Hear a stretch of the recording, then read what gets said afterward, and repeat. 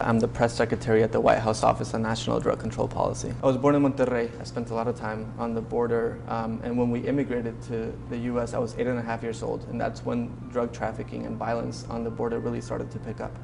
And so we would come back to visit on occasion, and I would see sort of the impact that that was having in my hometown, you know, where my grandmothers lived, where my uncles lived. I would hear stories of people who were disappeared. I would hear gunshots. The border started to change, and that sort of inspired me to pursue drug policy. You know, in college, I wrote my thesis on violence related to organized crime, and then my thesis advisor sort of sent me to Mexico City to work on this issue for several months. I did a fellowship in Buenos Aires as well, and I did a lot of research on human rights as it relates to corruption when it's connected to organized crime. And so sort of my connection to drug policy comes from that proximity, you know, the fact that it's been present in my life, you know, throughout.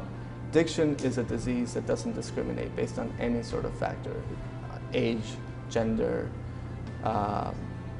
socioeconomic status, whether you're an immigrant or not. Addiction is addiction. It's a disease. And so, and particularly in the Hispanic community, it's still very stigmatized. You know, people don't seek treatment for any sort of addiction. So I think it's important to have voices from all perspectives at the table when it comes to this issue, or any issue for that matter.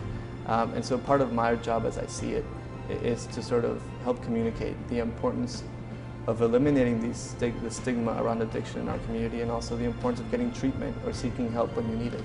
We met a woman in Connecticut who had been in recovery for 3 years from an opioid use disorder, who got treatment using the medications that we help promote here at the White House, and who was now working at a recovery center, you know, helping people like her get better.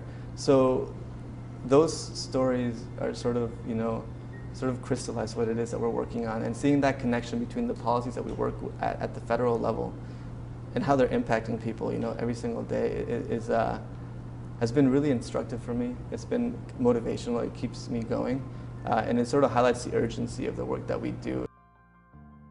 Hey, NBC News fans, thanks for checking out our YouTube channel. Subscribe by clicking on that button down here, and click on any of the videos over here to watch the latest interviews, show highlights, and digital exclusives. Thanks for watching.